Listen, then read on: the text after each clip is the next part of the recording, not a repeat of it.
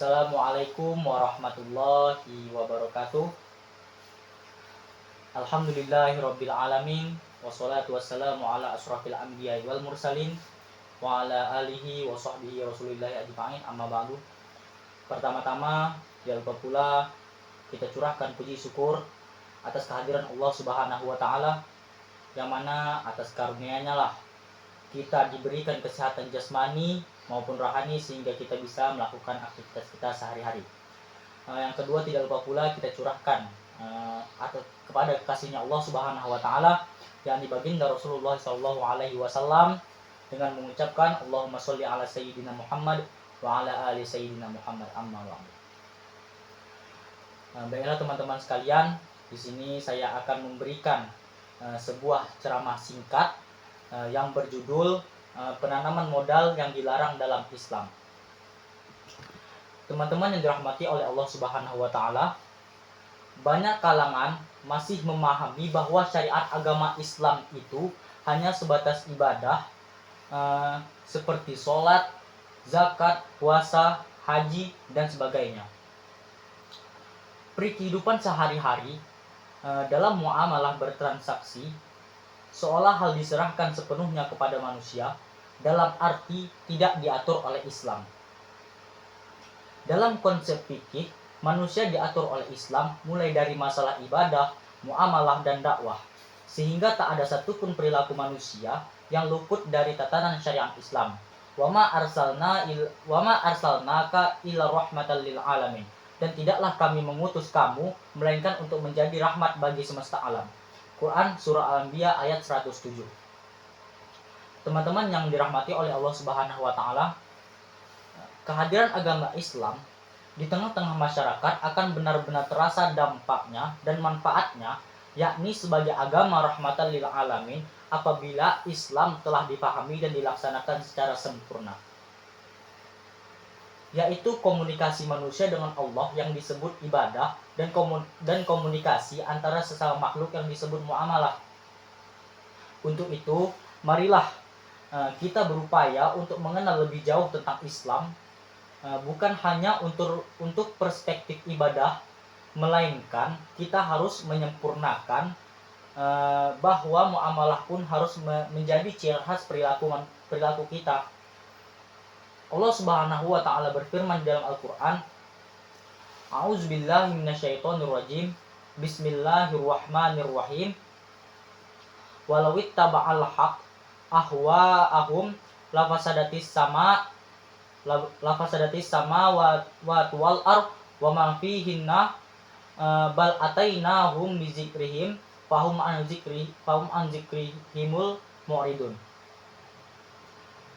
Andaikan kebenaran mengikuti keinginan mereka, niscaya langit, bumi dan segala isi akan kami binasa atau rusak, hancur.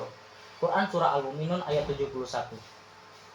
Teman-teman yang dirahmati oleh Allah Subhanahu wa taala, salah satu dari sekian banyak syariat yang berkenaan dengan muamalah, yakni investasi atau penanaman modal, yang dalam istilah hukum disebut mudharabah.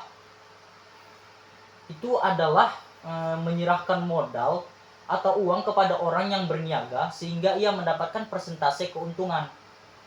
Bentuk usaha ini melibatkan dua pihak, pemilik modal namun tidak bisa berbisnis, dan dua pelaku bisnis namun tidak memiliki modal. Jadi yang pertama tadi teman-teman, jika ada dua pihak, yang pihak pertama itu adalah pemilik modal namun tidak bisa berbisnis, dan kedua pelaku bisnis namun tidak memiliki modal. Melalui usaha ini keduanya saling melengkapi. Para ulama sepakat bahwa sistem penanaman modal ini dibolehkan. Dasar hukum dari sistem ini adalah ijma' ulama yang membolehkannya. Diriwayatkan dalam Muwattah dari Zaid bin Aslam dari ayahnya bahwa ia menceritakan Abdullah dan Ubaidullah bin Umar bin Khattab pernah keluar dalam suatu pasukan ke negeri Irak. Ketika mereka kembali, mereka lewat di hadapan Abu Musa al-Asy'ari, yakni gubernur Basrah. Beliau menyambut mereka berdua dan menerima mereka sebagai tamu dengan sukacita. Beliau berkata, kalau aku bisa melakukan sesuatu yang berguna buat kalian, pasti akan kulakukan. Kemudian beliau melanjutkan. Perkataannya, sepertinya aku bisa melakukannya. Nah, jadi uh, jadi ini ada uang dari Allah yang akan kukirimkan kepada Amirul Mukminin. Saya meminjamkannya kepada kalian. Untuk kalian berikan sesuatu di Irak ini. Kemudian kalian jual di kota Madinah. Kalian kembalikan modalnya kepada Amirul Mukminin dan keuntungannya kalian ambil. Mereka menjawab, dari perkataan beliau tadi, kami suka itu, kata mereka kan kepada beliau.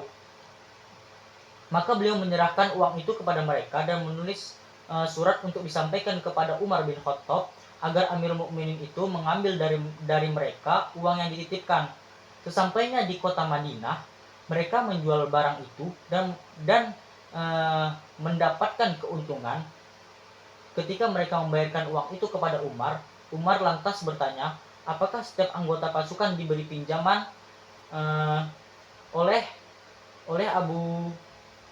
diberikan pinjaman oleh Abu Musa seperti yang diberikan kepada kalian berdua? Mereka menjawab, tidak. Beliau berkata lagi tuh, apakah karena kalian adalah anak-anak Amirul Mukminin sehingga ia memberikan kalian pinjaman? Kembalikan uang itu beserta keuntungannya.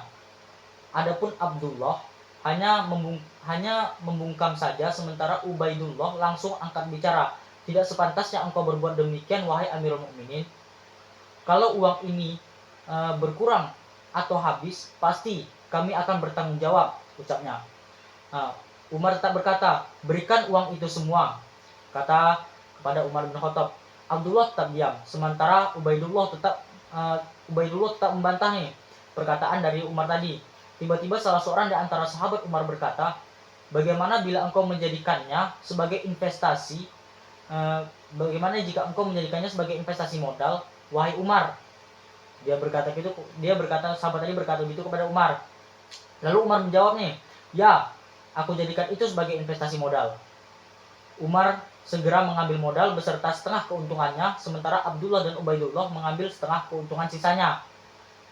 Diriwayatkan juga dari Al-A'la bin Abdurrahman dari kakeknya bahwa Utsman bin Affan memberikan uang sebagai modal usaha dan keuntungannya dibagi dua.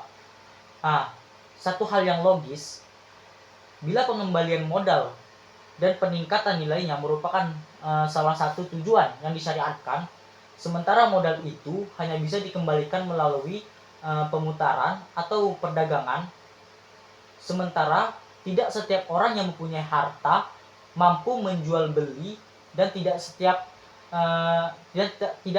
yang berkeahlian dagang mempunyai modal. Maka masing-masing kelebihan itu dibutuhkan oleh pihak lain. Oleh sebab itu, bisnis penanaman modal ini disyariatkan kepada Allah demi kepentingan kedua belah pihak. Teman-teman yang dirahmati oleh Allah Subhanahu wa taala, namun demikian dalam hal investasi ini, syariat Islam dibatasi sebagai transaksi yang lain, yakni tidak dalam hal-hal yang dilarang oleh syariat seperti satu, pelaku investor dan pengelola modal. Kedua pihak di sini adalah investor dan pengelola modal. Keduanya disyaratkan memiliki kompetensi beraktivitas, yakni orang yang tidak dalam kondisi bangkrut terlilit hutang. Orang yang bangkrut terlilit hutang, anak kecil belum balik, orang gila, orang idiot, semuanya tidak boleh melaksanakan transaksi ini. Yang kedua itu ada akad perjanjian. Akad perjanjian ini merupakan titik awal terjadinya bisnis ini, sekaligus sebagian dasar dari penentuan besaran persentase pembagian keuntungan. Maka dari itu, dalam akad perjanjian ini harus dilaksanakan dalam keahlian sadar dan tidak ada unsur paksaan sehingga kedua belah pihak sama-sama ridho. Yang ketiga, teman-teman sekalian, ada namanya objek transaksi. Objek transaksi dalam penanaman modal ini tidak lain adalah modal usaha dan keuntungan. Modal. Syarat modal yang bisa digunakan investasi adalah harus merupakan alat tukar seperti emas, perak, atau uang secara umum. Modal ini tidak boleh berupa barang, kecuali bila disepakati untuk menetapkan nilai harga barang tersebut dengan uang. Sehingga nilai itulah yang menjadi modal yang digunakan untuk memulai usaha. Kita lanjut kepada usaha. Usaha pokok dalam penanaman modal adalah di bidang perniagaan atau bidang-bidang terkait lainnya. Di antara yang tidak termasuk perniagaan adalah bila pengelola modal mencari keuntungan melalui bidang perindustrian. Bidang perindustrian tidak bisa dijadikan lahan penanaman modal. Karena itu adalah usaha berkarakter tertentu yang bisa disewakan. Kalau seseorang menanamkan modal untuk usaha perindustrian, maka penanaman modal itu tidak sah. Seperti menanamkan modal pada usaha pemintalan benang yang kemudian ditenun dan dijual hasilnya. Atau untuk usaha penumbuhan gandum, lalu setelah menjadi tepung diadoni dan dijual. Demikian seterusnya.